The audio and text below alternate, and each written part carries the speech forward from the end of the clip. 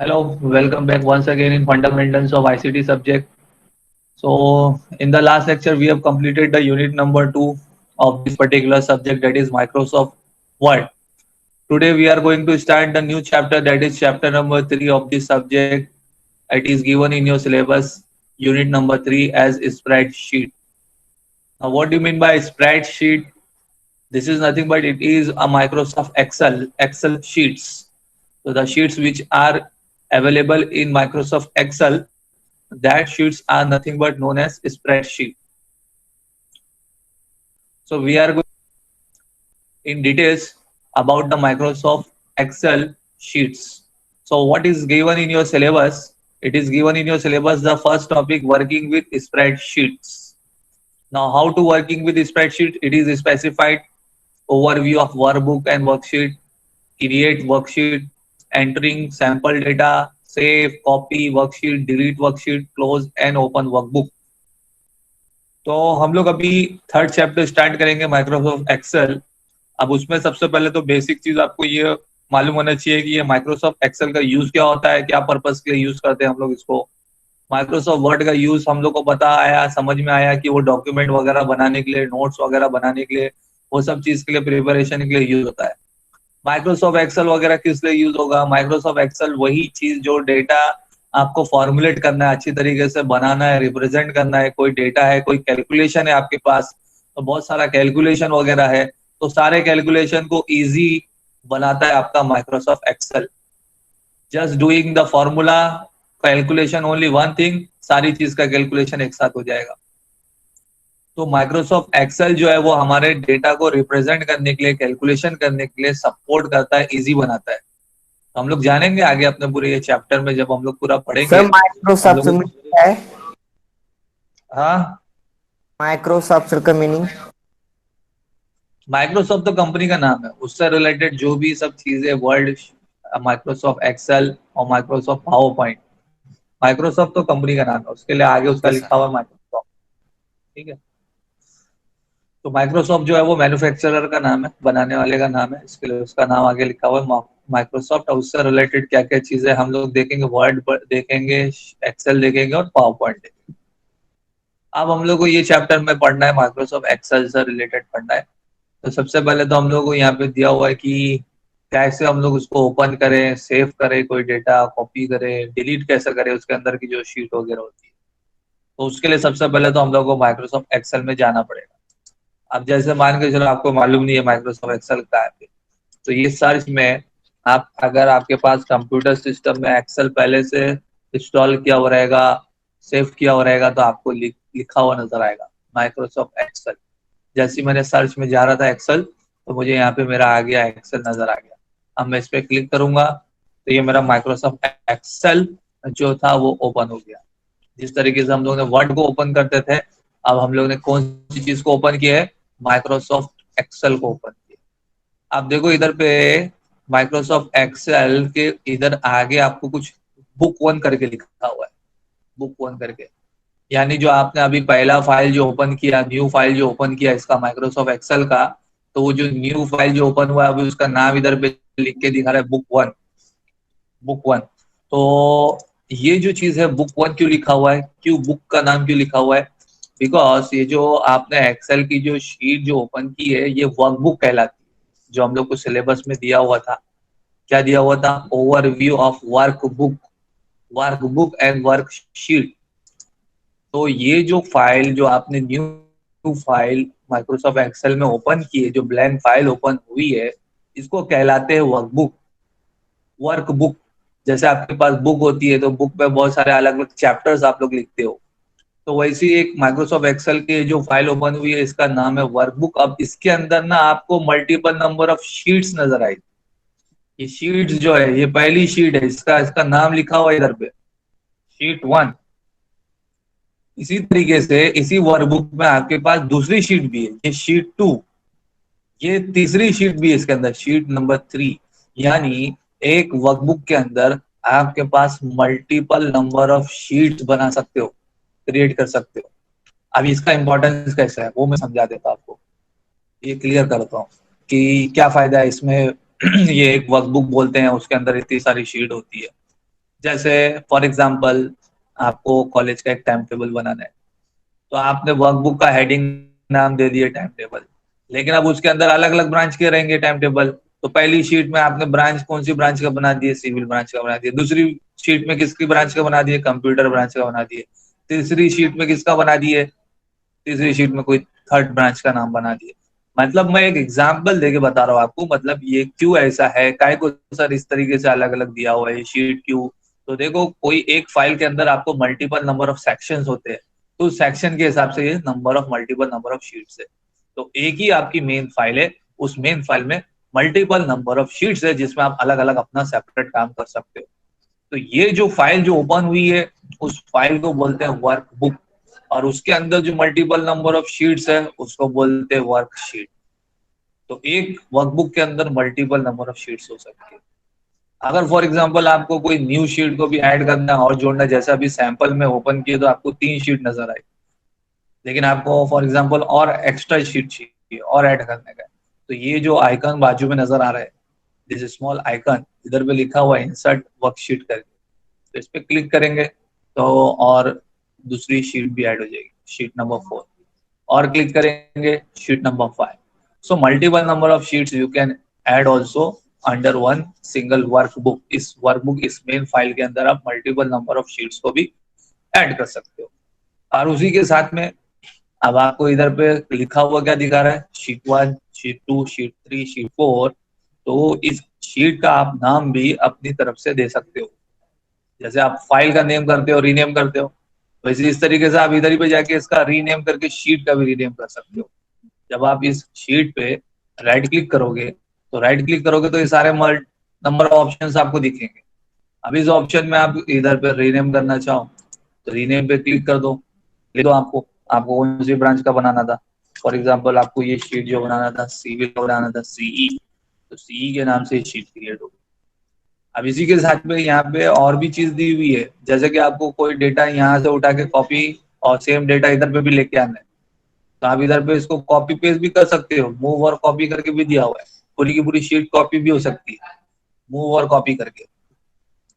तो ये सब चीज है, ये पूरी एक जो फाइल है उसको वर्कबुक बोलते हैं, और उसी एक वर्कबुक, सिंगल वर्कबुक में मल्टीपल नंबर ऑफ शीट्स होती है। तो इस शीट का जैसे मैं एक एग्जांपल दे रहा था, टाइम टेबल का एग्जांपल दे रहा था कि हर ब्रांच के अलग अलग अपने टाइम टेबल, तो उस तरीके से आप हर हर शीट पे उसका एक अपना सेपरेट टाइम टेबल बना सकते हैं। तो ये ओवरव्यू हुआ, किसका हुआ, जो एक्सेल में जो फाइल ओपन होती है उसको वर्कबुक कहलाते हैं, और जो एक वर्कबुक के अंदर जो मल्टीपल नंबर ऑफ शीट्स होती है, जो ये शीट नजर आ रही है इसको वर्कशीट कहते हैं। इस पे हम लोग काम करते हैं, वर्कशीट, ये शीट के ऊपर हम लोग अपना काम करते हैं, जो भी प्रिपरेशन करते हैं, जो भी बनाते हैं। ठीक है, तो यहाँ तक क्लियर है, समझ में आ रहा है आप लोग को? Yes sir. ओके। अब जैसे कि यहाँ पे दिया हुआ है कि एक सैंपल डेटा को एंटर करो, आप कोई सैंपल डेटा बनाओ, फिर उसको सेव कॉपी करके दिखाओ, और ये डिलीट वगैरह कैसे होती है वर्कशीट डिलीट, ये तो मैं आपको इधर ही पे दिखा दिया राइट क्लिक करके। जैसे कि अभी मैंने एक्स्ट्रा ये शीट जो बनाया है अभी नहीं चाहिए, डिलीट करना है, तो सिंपली आप उस शीट पे जाओ, राइट क्लिक करो, डिलीट कर दो, डिलीट हो जाएगा। एक्स्ट्रा हो गया था तो डिलीट कर दो। अब अपने को एक सैंपल डेटा बनाने को कहा गया इधर पे, तो एक सैंपल डेटा हम लोग बना लेते हैं। मैं कुछ भी डेटा टाइप कर लेता हूँ इधर पे, जैसे कि फॉर एग्जांपल जो लास्ट टाइम मैंने माइक्रोसॉफ्ट वर्ड में जो टेबल बनाया था, वैसे ही एक टेबल टाइप का डेटा बनाता हूँ इधर पे। ये मैंने एक टेबल बनाया है, इसके अंदर डेटा लिख रहा हूँ। अब ये टेबल के फॉर्म में नजर नहीं आ रहा है नो डाउट, लेकिन मैं इसको बना दूंगा टेबल के फॉर्म में भी, नजर आएगा फिर आप लोग को। ठीक है, तो अभी सिर्फ मैंने एक सिंपली एक खाली आपके सामने कंटेंट कुछ लिखा हूँ, सीरियल नंबर, नेम, रिमार्क करके ऐसा लिखा हूँ 1 2 3, लेकिन अभी आपको ये एक टेबल के फॉर्म में नजर नहीं आ रहा है, क्योंकि ये सब एक्सेल में देखो नंबर ऑफ सेल्स नजर आते हैं। डायरेक्टली एक्सेल की जो फाइल ओपन होती है ना, ये एक सेल के फॉर्म में नजर आती है डायरेक्टली, ये पूरा खुद सेल के फॉर्म में, ये पूरा खुद, ये सब क्या है, सब जो एक्सेल की जो वर्कशीट जो है ना, वो वर्कशीट किससे बनती है, मल्टीपल नंबर ऑफ सेल्स से। ये सब सेल्स है, cell number, this cell number, हर सेल का अपना अपना नाम रहता है, इधर पे दिया हुआ है। जैसे ये डी कॉलम का है और 6 रो का है, तो इसका इस सेल का नाम क्या दिया हुआ है, D6। जैसे कि अगर भाई यहाँ पे क्लिक करूँ, ये सीरियल नंबर वाले सेल पे क्लिक करूँ, तो ये सीरियल नंबर वाला सेल जो है वो कौन सा सेल रिप्रेजेंट कर रहा है, ये कॉलम नंबर कौन सा ऊपर कॉलम दिखाई देता है, तो दिस कॉलम नंबर इज 7। तो ये जो सेल है इसका नंबर कितना है, F7। आपको इधर लिखा हुआ भी दिखाई देगा F7। तो ये जो शीट जो बनती ना वो आपकी वो शीट बनती है इस नंबर ऑफ सेल से। अब हम लोग ने इस सेल में अपना अलग अलग डेटा लिख दिए, एक सैंपल डेटा प्रिपेयर कर रहा हूँ सीरियल नंबर नेम रिमार्क करके। अब इसको टेबल के फॉर्म में आपको रिप्रेजेंट कराना था, तो जितने भी सेल को आपको टेबल के फॉर्म में रिप्रेजेंट कराना है उस सबको पहले सिलेक्ट कर लो। तो सारे सेल सिलेक्ट हो गए, यहाँ से लेके यहाँ तक मैंने ये सारे सेल को सिलेक्ट किया। अब आप इधर पे जाएंगे फॉन्ट में, तो अगर आपको उसको टेबुलर फॉर्म में चाहिए तो उन सबको बॉर्डर दे दो। तो यहाँ पे दिया हुआ है ऑल बॉर्डर, ऑल बॉर्डर पे क्लिक करो। तो ये हो गया आपका टेबल के फॉर्म में। ऑल बॉर्डर्स पे जाके मैंने जस्ट क्लिक किया, सिलेक्ट किया हुआ था, तो वो पूरा बॉर्डरिंग हो गया, सब पूरे सेल का बॉर्डरिंग हो गया। तो ये बॉर्डरिंग करके मतलब क्या हो गया, एक ही अपना टेबल के फॉर्म में नजर आएगा आपको। तो ये हो गया, आपने एक सैंपल डेटा प्रिपेयर किया। अब इसी में आपको अगर इसका स्टाइल चेंज करना है, अलाइनमेंट चेंज करना है, तो मैं इधर पे सिलेक्ट किया हूँ जो अलाइनमेंट हम लोग ने वहां पे भी सीखे थे माइक्रोसॉफ्ट वर्ड में। तो वैसे इधर पे भी अलाइनमेंट वगैरह हम लोग पैटर्न इधर पे चेंज करा सकते हैं इधर पे। अभी जैसे मैंने इसको एक्सट्रीम लेफ्ट की तरफ रख दिया, मिडिल में रखना था तो मिडिल में रख दिया, एक्सट्रीम राइट में रखना था तो एक्सट्रीम राइट में रख दिया। तो जो तरीके से आपको रिप्रेजेंट कराना है, अलाइनमेंट चेंज कराना है, कंटेंट अंदर के सेल के अंदर की कंटेंट की बात करो, तो सेल के अंदर का जो लिखा हुआ कंटेंट है उसकी बात करो, तो उसका एलिमेंट हम लोग ने यहाँ पे इस तरीके से चेंज किया। तो एक हम लोग ने ये सैंपल डेटा तैयार किया, इसके अंदर तैयार करने के बाद इस तरीके से उसको हम लोग ने बॉर्डरिंग किए पूरे सेल की, वो बॉर्डरिंग किए। उसके बाद हम लोग ने ये अंदर का लिखा वो जो टेक्स्ट था उसका अलाइनमेंट कैसे चेंज किए वो अभी मैंने समझा। अब बात करी इधर पे कॉपी और पेस्ट करने की। तो जो कंटेंट को आपको कॉपी करना है तो उसके लिए सबसे पहले तो उसको सिलेक्ट करना पड़ेगा। सिलेक्ट किए, सिलेक्ट करने के बाद राइट क्लिक करो। राइट क्लिक करने के बाद आपको ऑप्शन नजर आएगा इधर पे कॉपी करना, कॉपी कर लिए। अब देखो एक चीज यहाँ पे खास बात देखो माइक्रोसॉफ्ट एक्सेल में, जो कंटेंट को आप कॉपी करते हो ना वो हाईलाइटेड करके दिखाता है। ये दिख रहा है आप लोगों को, हाईलाइटेड करके दिखा रहा है, मतलब ये कंटेंट अभी क्या हुआ है, कॉपी हुआ है।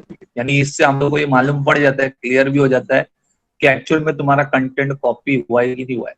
माइक्रोसॉफ्ट वर्ड में समझ में नहीं आता था कॉपी हुआ कि नहीं हुआ, लेकिन एक्सेल में जो नंबर ऑफ सेल को आप सिलेक्ट करोगे, कॉपी करोगे, वो उतने नंबर ऑफ सिलेक्ट जो कॉपी हुए हैं वो हाईलाइटेड होके भी दिखाता है इधर। तो ये हाईलाइटेड होके दिखा रहा है इधर पे। अब जहाँ पे भी आपको पेस्ट करना है कंट्रोल वी करके पेस्ट करना। मैंने यहाँ पे आपके सामने अभी राइट क्लिक करके गया था, कॉपी का ऑप्शन, आप डायरेक्टली कंट्रोल क्या कर सकते हो कॉपी करने के लिए कीबोर्ड में क्या ऑप्शन प्रेस करना पड़ेगा, कंट्रोल सी। Control C. ठीक है, तो कंट्रोल सी करके आप कॉपी कर सकते हो, और पेस्ट करने के लिए control V. Control V. Control G V, control V V. हमारा ओके थैंक यू, हाँ ठीक है। तो कंट्रोल वी करके पेस्ट कर सकते हो। अभी भी ये देखो ये हाईलाइटेड ही है, दिखा रहा है, मतलब कॉपी अभी भी चल ही रहा है, इसका खत्म नहीं हुआ है। खत्म करने के लिए आपको कैसा करना पड़ेगा, क्या प्रेस करना पड़ेगा, एस्केप। कीबोर्ड में एस्केप बटन प्रेस कर दो तो कॉपी वाला मामला खत्म हो गया। कॉपी किया हुआ है तो मतलब आप मल्टीपल नंबर ऑफ जगह पे पेस्ट कर सकते हो उसको। तो इसके लिए वो हाईलाइटेड दिखा रहा था, एक बार पेस्ट करने के बाद भी हाईलाइटेड दिखा रहा था। तो अभी तक वो कॉपी वाला मामला खत्म नहीं हुआ है, तो उसको एस्केप बटन कीबोर्ड में प्रेस करके वो कॉपी का कंटेंट क्या हो गया, खत्म हो गया। तो ये चीज थी, कॉपी और पेस्ट वाला सिस्टम भी हम लोग ने यहाँ पे अंडरस्टैंड किया।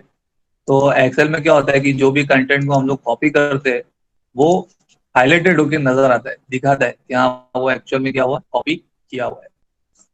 अब आपको नहीं चाहिए, हटा देना है, सिंपली सिलेक्ट कर दो, डिलीट का ऑप्शन कर दो, डिलीट हो जाएगा। या आपको पुराने में जाना था, पुराने पोजीशन में जाना था, तो कंट्रोल जेड करके अंडू कर दो, तो आपका पुराने पोजीशन में आ गया, कंट्रोल जेड अंडू। तो ये चीज हम लोग ने अभी क्या किए थे, एक सैंपल डेटा को प्रिपेयर किए और उसका कॉपी और पेस्ट ऑप्शन भी क्लियर कर लिए। तो ये कॉपी और पेस्ट ऑप्शन भी क्लियर हो गया। डिलीट वर्कशीट का तो आपको समझा चुका हूँ, जो भी शीट को डिलीट करना है जस्ट सिंपली उस पर जाके राइट क्लिक करो और वो क्या हो जाएगा, आप लोग का डिलीट हो जाएगा। डिलीट का ऑप्शन आएगा, डिलीट पे क्लिक करो, डिलीट हो जाएगा। Close and open workbook. अब कोई वर्कबुक को क्लोज करना है, ओपन करना है, तो ये भी तो कितना आसान है, आपको मालूम है। जो फाइल आपको ओपन करना है वो तो ओपन भी कर सकते हो। आप ओपन में जाएंगे तो आपको फाइल नजर आएगी। आप इधर फाइल में जाएंगे, ओपन में देखेंगे, तो जो फाइल आपको ओपन करना है, जहाँ पे सेव किया हुआ रहेगा आपका, जहाँ पे प्रिपेयर किया हुआ रहेगा, वो फोल्डर में जाओ, जहाँ पे आपकी शीट सेव की हुई रहेगी उस पर जाके ओपन कर दो।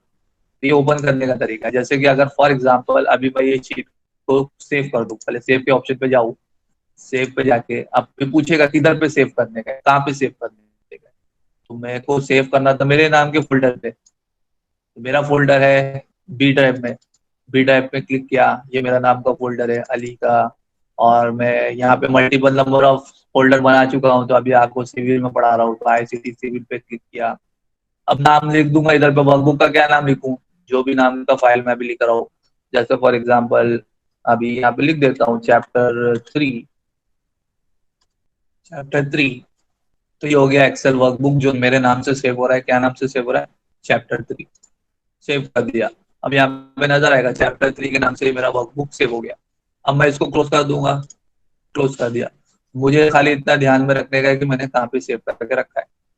तो मैं अपने जाऊंगा, फोल्डर में जाऊंगा, अपने फॉर फोल्डर में, स्टाफ में, अली फोल्डर में, आईसीटी सिविल में, और देखो यहाँ पे आपको ऊपर आपका चैप्टर नंबर 3 का वर्कबुक फाइल एक्सेल वाला आइकन के हिसाब से दिखेगा। एक्सेल का आइकन के साथ में क्लिक किया, ये मेरा वर्कबुक ओपन हो गया। तो सिंपली क्लोज एंड ओपन करना भी कितना आसान है। आप बस सेव जहाँ पे किए वो ध्यान में रखो, वहां पे जाओ, जाके ओपन कर लो। तो इन दिस वे ये आप लोग ने क्या किया, अभी अंडरस्टैंड क्या किए, how to close and open your workbook. ये हो गया आपका फर्स्ट कंटेंट।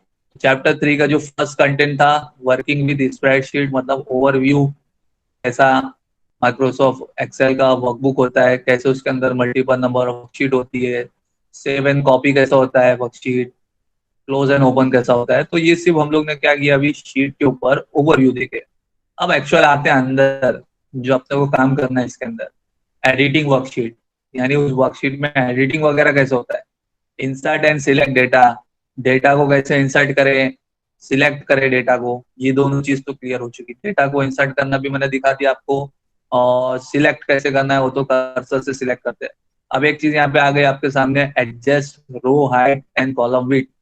तो ये जो सेल जो आपको नजर आ रहा है, ये जो सेल जो आपको नजर आ रहा है, इसकी रो की हाइट और कॉलम की विड्थ को कैसे एडजस्ट करने का। तो ध्यान से, आपको जो सेल की रो और हाइट एडजस्ट करना है, समझे, जो पर्टिकुलर सेल की आपको रो की हाइट और कॉलम की विड्थ एडजस्ट करना है, पहले तो उनको सिलेक्ट करना पड़ेगा। उतने नंबर ऑफ सेल को सिलेक्ट किया हम लोग ने।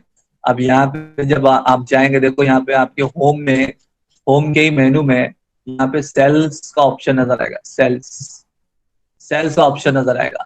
इस सेल्स में आपको तीसरा इधर पे आएगा फॉर्मेट, तो इस सेल को फॉर्मेट करने का ऑप्शन नजर आएगा। तो सेल को फॉर्मेट करने के ऑप्शन में सबसे पहले आपको इधर पे ऑप्शन जो दिखेगा वो रो हाइट दिखेगा। तो रो की हाइट कितना रखना है, कॉलम की विड्थ कितना रखना है, वो यहाँ पे आपको दिखेगा, यहाँ पे आपको नजर आएगा। तो फॉर एग्जाम्पल अभी मैं रो की हाइट पे क्लिक करूंगा, तो रो की हाइट पे अगर फॉर एग्जाम्पल यहाँ पे 15 दिखाया होता, मैं उसको बढ़ा देता हूँ, 25 कर देता हूँ। तो ये पूरे इतने नंबर ऑफ सेल्स जो रिलेटेड थे इस कॉलम और रो से रिलेटेड, तो उस कॉलम और रो से रिलेटेड यहाँ पे अब उसकी सेल की जो रो की हाइट है वो कितनी हो गई, रो की जो हाइट है, रो की जो हाइट है वो कितनी हो गई, 25। इसी तरीके से अगर मैं कॉलम की विड्थ को भी एडजस्ट करना चाहता हूँ, तो कॉलम की विड्थ को भी एडजस्ट करने के लिए फॉर्मेट में जाके कॉलम विड्थ के ऑप्शन पे जाऊंगा। अभी जैसे कि फॉर एग्जांपल बाय डिफॉल्ट यहाँ पे जो रहता है उसकी साइज 8.43, तो उसको मैं बढ़ा के अगर फॉर एग्जांपल 10 या 12 कर दो, 10 कर दो फॉर एग्जांपल, तो वो हिसाब से उसकी कॉलम की विड्थ भी चेंज हो जाएगी। तो फॉर्मेट टेबल में जाके आपको रो की हाइट, कॉलम की विड्थ चेंज करने का ऑप्शन नजर आएगा, और वहां जाके आप इसको चेंज कर सकते हो। ठीक है। तो जो सेल से रिलेटेड आपको रो की हाइट और कॉलम की व्यू चेंज करना था, जस्ट पहले उसको सिलेक्ट करो, और फॉर्मेट सेल्स में जाके उधर पे ऑप्शन नजर आएगा, वहां जाके आप उसको चेंज कर दो, जितना स्पेसिफाई किया रहेगा उतना चेंज कर दो। तो ये हो गया आपका एडजस्ट किस तरीके से किया जाए रो की हाइट, कॉलम की विड्थ को। डिलीट, डिलीट में तो कोई प्रॉब्लम ही नहीं है। डिलीट तो जस्ट सिंपली आप क्या करो, जितने सेल को डिलीट करना है सिलेक्ट करो, राइट क्लिक पे जाओ, डिलीट का ऑप्शन नजर आएगा, डिलीट कर दो। मूव डेटा, डेटा को मूव कैसे किया जाए एक जगह से दूसरी जगह पे, तो कॉपी और पेस्ट का ऑप्शन आपको मैंने समझा चुका था, आगे भी नजर आएगा कॉपी एंड पेस्ट। तो कॉपी एंड पेस्ट से आप मूव डेटा को भी कर सकते हो, वहां पे भी एक जगह से दूसरी जगह पे डेटा को लेके आ सकते हो। इंसर्ट रो एंड कॉलम, यानी हम किस तरीके से एक्स्ट्रा रो और कॉलम को हम लोग क्या करें इसके अंदर लेके आए। इंसर्ट रो एंड कॉलम, तो हम लोग किस तरीके से अभी अपने एक्सेल में यहाँ पे रो और कॉलम को हम लोग इंसर्ट कर सकते हैं। तो अभी ये समझाने के लिए फॉर एग्जांपल मैं कुछ पहले इधर पे कंटेंट लिख लूँ ताकि आपको समझ में आना चाहिए कि एक्चुअल में वो इंसर्ट हुआ है कि नहीं हुआ है। जैसे अभी मैं यहाँ पे आपके सामने कंटेंट कुछ लिख रहा हूँ, उस कंटेंट के जरिए मैं आपको समझाऊंगा। जैसे कि अभी ये जो मेरा सेंटेंस, जो मेरा नाम जो लिखा हुआ है Ali, this it is written in cell number E11, यानी ये अपना कौन सा है, कॉलम नंबर E, और रो नंबर कितना है 11। तो अगर फॉर एग्जाम्पल अभी मुझे यहाँ पे ये जो मेरा टेबल का जो कंटेंट है और ये जो मेरा नेम वाला जो कंटेंट है, इनके बीच में एक रो का गैप चाहिए, एक रो का गैप चाहिए, मुझे इंसर्ट करना पड़ेगा। इधर पे एक रो का गैप चाहिए, तो यहाँ पे मुझे एक बीच में एक रो को इंसर्ट करना पड़ेगा। तो जो 10 नंबर की रो है उसको मैंने यहाँ पे क्या किया, सिलेक्ट किया, तो ये पूरी हाईलाइटेड हो गई। 10 नंबर की रो जो सिलेक्ट हुई ना, वो पूरी हाईलाइटेड हो गई। अब इधर पर राइट क्लिक करूंगा, तो राइट क्लिक के ऑप्शन में आपको इंसर्ट करके नजर आएगा, इंसर्ट। जैसे इंसर्ट पे क्लिक करूंगा तो ये क्या हो गया, रो इंसर्ट हो गया। हाँ, अभी गैप क्या हो गया कि मैंने यहाँ पे क्लिक किया था, किस पे ऊपर रखा था, जो मेरा लास्ट कंटेंट मैंने उधर पे रखा था, तो इसलिए गैप आपको उधर पे इंसर्ट जो रो आई वो कहाँ पे आई, टेबल के फॉर्म में नजर आई। तो जहाँ पे आपको स्पेस दिलवाना है वहां पे क्लिक करना पड़ेगा। तो अभी मेरे को इंसर्ट यहाँ पे कराना पड़ेगा, मेरा यहाँ पे 11 नंबर का रो है, तो यहाँ पे जाऊंगा, यहाँ सिलेक्ट करूंगा, राइट क्लिक करूंगा, इंसर्ट करूंगा, तो अब देखो ये एक रो का गैप हो गया। तो पहले जो था साथ में इधर पे वो एक रो का इधर पे गैप नजर आएगा।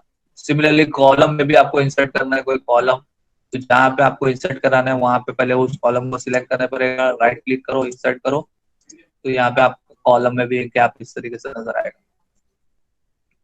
तो ये इन दिस वे हम लोग ने क्या किया, इंसर्ट भी कर दिए रो को और इंसर्ट भी कर दिए कॉलम को। तो जहाँ पे आपको इंसर्ट कराना है वहां पर जस्ट जाके पहले सिलेक्ट करो, राइट क्लिक करो, और इंसर्ट का ऑप्शन नजर आएगा, इंसर्ट पे क्लिक करो तो इंसर्ट हो जाएगा। ठीक है, अगर वो आपको डिलीट करना है, वो पूरी कॉलम पर डिलीट करना है, तो बस सिलेक्ट करो, डिलीट का ऑप्शन नजर आएगा, आप डिलीट कर दो। यहाँ पे भी ये रो को डिलीट करना है तो जस्ट सिलेक्ट करो, डिलीट का ऑप्शन नजर आएगा, डिलीट करो। मैंने डिलीट नहीं किया, इंसर्ट किया था, डिलीट का ऑप्शन नजर आएगा, डिलीट पे क्लिक करो, तो इस तरीके से डिलीट भी हो गया। तो very simple, how to insert and delete row and column, बहुत सिंपली है, बस आपको वहां पर जाके सिलेक्ट करना और इंसर्ट का ऑप्शन नजर आएगा और डिलीट का ऑप्शन नजर आएगा, आप उस तरीके से वहां पे कर सकते हो। मूविंग फर्दर, आगे बढ़ना है हम लोग को, आगे क्या दिया हुआ है सिलेबस का कंटेंट, उसके हिसाब से आगे और बढ़ना है। तो ये हो गया आपका इंसर्ट रो एंड कॉलम भी हो गया, कॉपी एंड पेस्ट भी हो गया। Now find and replace, find and replace जो हम लोग ने माइक्रोसॉफ्ट वर्ड में भी देखे थे, सेम चीज का कंटेंट यहाँ पे भी नजर आएगा आपको, फाइंड एंड रिप्लेस। तो ये आपको होम में ही लास्ट ऑप्शन में देखो, एडिटिंग में आपको ये फाइंड एंड सिलेक्ट करके दिखा हुआ। तो इस फाइंड एंड सिलेक्ट के ऑप्शन पे जब क्लिक करोगे ना, तो यहाँ पे दिखा होगा फाइंड करके भी है और रिप्लेस करके वाला भी है। तो जब रिप्लेस वाले में जाएंगे ना, तो ऑटोमेटिक वो तो फाइंड एंड रिप्लेस दोनों साथ में आएगा। जो हम लोग ने माइक्रोसॉफ्ट वर्ड में देखे थे फाइंड एंड रिप्लेस, तो सेम चीज यहाँ पे भी है कि आपको अगर कोई चीज फाइंड करना है और उसको कुछ चीज से रिप्लेस कराना है, तो वो चीज आप इधर पे लिख के रिप्लेस करा सकते हो। जैसे फॉर एग्जाम्पल अभी आपको ढूंढना था अली, अब उसको फिर रिप्लेस करना है इसमें, तो उसको फॉर एग्जाम्पल आपको रिप्लेस कर देना है उसको असल में, तो आप इधर पे क्लिक करेंगे, कैनॉट फाइंड अ मैच। तो ये पहले इधर पे आपका ये सिलेक्ट किया हुआ रहना चाहिए, जहाँ पे आपका कंटेंट है वो उसको पहले सिलेक्ट किया हुआ रहना चाहिए। एक्चुअली ये सिलेक्ट किया हुआ नहीं, इसके लिए वो फाइंड नहीं कर पाया। ये कंटेंट सिलेक्ट किया हुआ रहना चाहिए, देन गो फॉर दिस। क्यों नहीं हो रहा है इधर पे, समझ में नहीं आ रहा है। फाइंड व्हाट, यस, या फाइंड पहले हम लोग ने नहीं किया था, उसको डायरेक्टली रिप्लेस पे जा रहे थे, इसके लिए प्रॉब्लम हो रहा था। फाइंड हम लोग ने किए, तो ये आपको इधर पे दिखा रहा है, हाईलाइटेड करके दिखा रहा है कि ये कहाँ पे लिखा हुआ है। तो ये वर्कबुक है, ये शीट नंबर है, और ये कौन सा सेल नंबर है और क्या नाम है, ये पूरा लिख के दिखाता है पूरा। तो फाइंड पे गए तो ये पूरा आपको पूरा डिटेलिंग दे रहा है कि कौन सी वर्कबुक है, कौन सी फाइल है, कौन सी शीट में आपने सेव की है वो दिखा रहा है, और वो कौन सा सेल नंबर है, तो सेल नंबर तक दिखा रहा है, E11 करके। तो E11 पे हम लोग ने लिखा हुआ था, क्या नाम से लिखा हुआ था वो पूरा लिख के दिखा रहा है। तो फाइंड करके दिखा दिया आपको। हाँ, रिप्लेस करना था, तो रिप्लेस करने के लिए इसने ऑप्शन में क्या दिया है वो देखना पड़ेगा हम लोग को, समझना पड़ेगा। तो ये चीज अभी हम लोग को यहाँ पे रिप्लेस कराना है। तो फाइंड किए पहले हम लोग ने, अब उसको क्या करना है, रिप्लेस कराना है। तो रिप्लेस आप क्लिक करेंगे तो आप आपका जाके आप क्या हो गया, रिप्लेस हो गया। तो सबसे पहले आपको पहले फाइंड करना पड़ेगा, जब फाइंड हो जाएगा तब उसके बाद रिप्लेस करेंगे तो रिप्लेस होगा। डायरेक्ट रिप्लेस पे जाके वो नाम नहीं होगा, पहले वो फाइंड का ऑप्शन पे जाके पहले आपको फाइंड करना पड़ेगा। यानी रिप्लेस में भी सबसे पहले आपको ये फाइंड पे क्लिक करके आपका वो वर्ड फाइंड कराना पड़ेगा, और फिर रिप्लेस पे जाके आप जिससे आप जब वो फाइंड हो जाएगा तो फिर उसके बाद जिस चीज से आपको रिप्लेस कराना है उस पर रिप्लेस पे क्लिक करके रिप्लेस करेंगे। तो all of you got it, समझ में आया? एक्सेल में फाइंड एंड रिप्लेस किस तरीके से होगा। तो सबसे पहले तो आपको फाइंड करना पड़ेगा। अगर डायरेक्टली रिप्लेस पे भी जा रहे हैं तो पहले ये फाइंड पे जाके वो वर्ड को फाइंड करना पड़ेगा, फाइंड हो जाएगा तो फिर उसके बाद इस रिप्लेस पे जाके क्लिक करके रिप्लेस करना पड़ेगा, तो रिप्लेस हो जाएगा। क्लियर है यहाँ तक? समझ में आ रहा है आप लोग को? कोई रिस्पॉन्स, कोई रिस्पॉन्स देगा मुझे? यस सर, समझ में। Yes sir. ओके ठीक। हाँ, नहीं तो रिस्पॉन्स दिया करो, नहीं तो मुझे ऐसा लगेगा कि मैं खाली बोलते जा रहा हूँ, बड़बड़ाते जा रहा हूँ। नहीं नहीं, समझ में आ रहा सर। ओके ठीक है। फिर इसके बाद हो गया फाइंड एंड रिप्लेस, हो गया zoom in zoom out. Next दिया हुआ है zoom in zoom out. Zoom in zoom out तो यहाँ पे आपको सीधा ऑप्शन में नजर आता है, देखो विंडो में ही दिखता है इधर पे। यहाँ पे आपको 100% पे है, तो अगर आपको जूम इन करना है प्लस का आइकॉन पे क्लिक करो तो जूम इन होते जाएगा, मतलब बढ़ते जाएगा, और माइनस पे क्लिक करेंगे तो जूम आउट होएगा। तो ये स्टार्टिंग विंडो में ही आपको इधर पे नजर आता है, नीचे के ऑप्शन में दिखेगा आपको जूम इन जूम आउट करके। तो प्लस पे क्लिक करेंगे तो जूम इन, माइनस पे क्लिक करेंगे तो जूम आउट। तो कितने परसेंटेज पे वो भी आप स्पेसिफाई कर सकते हो। डायरेक्टली आप क्लिक करोगे ना परसेंटेज पे, तो कितने परसेंटेज पे रखना है ना वो भी डायरेक्टली आप इधर पे स्पेसिफाई करके कर सकते हो। अगर फॉर एग्जाम्पल 200% के हिसाब से करना है तो 200% के हिसाब से पूरा जूम इन हो जाएगा। तो जो हिसाब से आपको रखने का है वो हिसाब से आप इधर पे डायरेक्टली स्पेसिफाई करके भी कर सकते हो। तो ये हो गया आपका जूम इन जूम आउट का भी हो गया। फिर स्पेशल सिंबल्स जो हम लोग ने देखे थे वहाँ पे एक्सेल में भी, स्पेशल सिंबल्स वगैरह आपको कहीं इंसर्ट करना है तो इंसर्ट में जाना पड़ेगा। इंसर्ट में जाएंगे तो यहाँ पे सिंबल वाला ऑप्शन नजर आएगा आपको। सिंबल वाले ऑप्शन में देखेंगे तो आपके multiple number of options symbol के आ जाएंगे नजर आ जाएंगे, जैसे पाई, ओम, जो भी आपके मैथ से रिलेटेड, जो भी चीज के कंटेंट से रिलेटेड सिंबल आपको चाहिए रहेंगे। तो जैसा similar to your Microsoft Word जो हम लोग ने देखे थे, सिंबल किस तरीके से इंसर्ट करता है, तो सेम इसी तरीके से यहाँ पे भी आप इंसर्ट कर सकते हो। ठीक है, तो यहाँ पे मैंने सिंबल को यहाँ पे क्या कर दिया,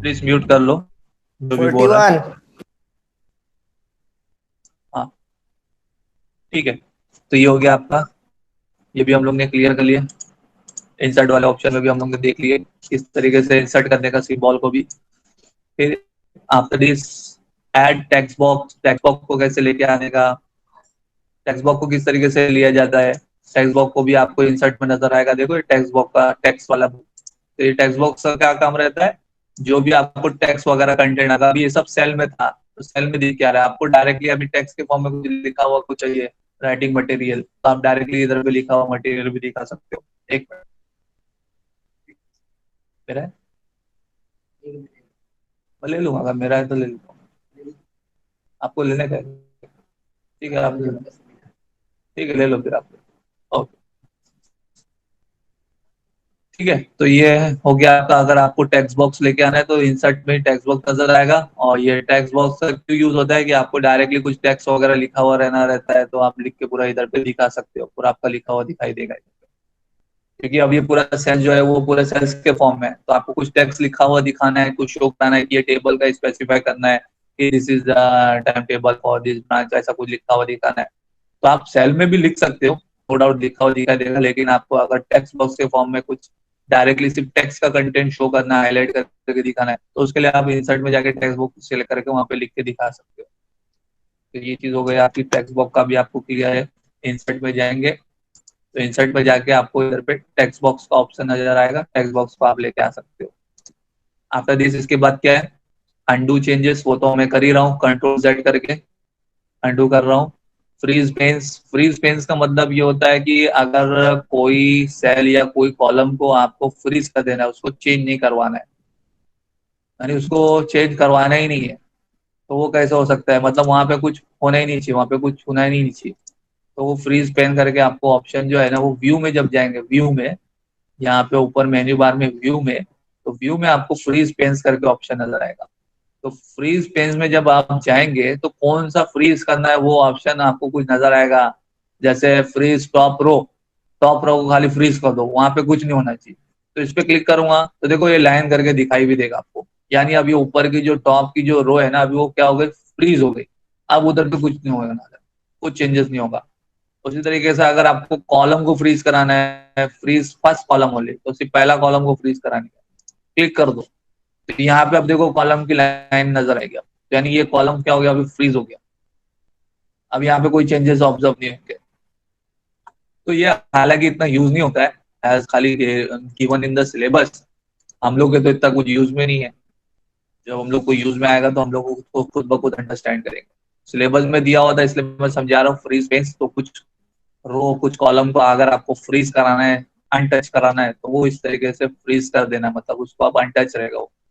लास्ट इसमें ऑप्शन था सेकंड में, हाइडिंग अनहाइडिंग रोज एंड कॉलम, तो किस तरीके से कोई रो या कॉलम को हम लोग हाइड करा सकते हैं, हाइडिंग अनहाइडिंग। देखो ये सिलेबस का कंटेंट इतना कुछ ज्यादा यूजफुल नहीं है, जो लास्ट टू टॉपिक थे हाइडिंग एंड अनहाइडिंग, तो हाइडिंग एंड हाइडिंग भी आपको इधर पे नजर आएगा, व्यू में ही हाइड का ऑप्शन नजर आएगा, व्यू में ही हाइड का ऑप्शन नजर आएगा। तो व्यू में आपको हाइड का ऑप्शन नजर आएगा, तो जब आप इस ऑप्शन पे क्लिक करोगे तो पूरा जो शीट है ना, वो आपका क्या हो गया, पूरा वर्कबुक क्या हो गया, हाइड हो गया, पूरा हाइड हो गया। अब ये क्या यूज का है मुझे समझ में नहीं आया, जैसा आपके सिलेबस में दिया हुआ था इसलिए समझा रहा हूँ। हाइड करना था तो हाइड कर दिए, अब अनहाइड करना है तो पूछेगा क्या अनहाइड करने का है, तो जो अपना वर्कबुक था, जो मैंने जिस नाम से सेव किया था, क्या नाम से सेव किया था मैंने उस वर्कबुक को, चैप्टर नंबर 3 के नाम से, तो उसको कर दूंगा। ये देखो आपके मोबाइल में भी होता है, मालूम है ना, मोबाइल में भी आपको फॉर एग्जाम्पल कुछ फोटोज वगैरह हाइड करके रखना है, नहीं दिखाना है, तो आप उन जाके सेलेक्ट करते हैं, हाइड कर देते हैं, छुपा के रखना होता है, तो फिर वापस हाँ आपको सर। लेके आना है, तो वापस हम लोग क्या करते हैं, अनहाइड करते हैं ना। तो सेम वैसी चीज है, अगर आपको कुछ कंटेंट सिक्योरिटी पर्पज के हिसाब से आपको हाइड करके रखना है, छुपा के रखना है, नहीं दिखाना है, तो ये पूरी की पूरी वर्कबुक आप उस तरीके से उसको क्या कर दोगे, हाइड कर दोगे। वापस लेके आना है, रिट्रीव करना है, तो आपको पता है आपने कहाँ पे सेव किया, कहाँ पे किया है, तो वापस उधर पे जाओगे, अनहाइड करोगे तो वो नजर आएगा, वो पूछेगा कौन सा वर्कबुक आपको अनहाइड करना है। तो सेम वही है, जैसे आप अपने मोबाइल में भी करते हैं ना, फोटोज में गैलरी वगैरह के उस सेक्शन को हाइड करते हैं, अनहाइड करते हैं, फिर बात करते हैं, तो वैसे ही ये पूरा एंटायर वर्कबुक क्या हो जाएगी, हाइड हो जाएगी और अनहाइड हो जाएगी। तो ये हाइड का ऑप्शन से आप क्या कर सकते हो, अपनी पूरी वर्कबुक को हाइड कर सकते हो। अनहाइड पे जो पूछेगा क्या अनहाइड करना है या अनहाइड करना है, तो अनहाइड होकर ओपन हो जाएगा। आई होप आप लोगों को यहाँ तक का कंटेंट समझ में आ गया होगा। तो till now we have completed the first two sub topics of chapter number 3, working with spreadsheets and editing worksheets. फिर इसके बाद आगे के लेक्चर में हम लोग स्टार्ट करेंगे इसका subtopic number 3, formatting cell and sheet, और आगे भी आपको अच्छे अच्छे कंटेंट नजर आएंगे इस चैप्टर से रिलेटेड, जैसे कि वो वर्किंग विद फॉर्मूलाज वगैरह भी है, working with formula, working with charts, advance operation, ये सारे कंटेंट हम लोग आगे के लेक्चर में स्टडी करेंगे। आज के कंटेंट में आपको आई होप समझ में आया होगा। ओके, समझ में आया आप लोग को? Yes sir, yes sir. Okay, तो ठीक है, तो मैं आज का लेक्चर इधर एंड करता हूँ, ड्रॉप करता हूँ। Thank you very much for joining this thing, understanding. Yes, इसी sir. तरीके से ज्वाइन करो, Thank you, sir. स्टडी करो। Yes, thank you sir. Thank you very much. Thank you, sir. Bye, sir. Sir, leave कर सकते हैं ना? Sir.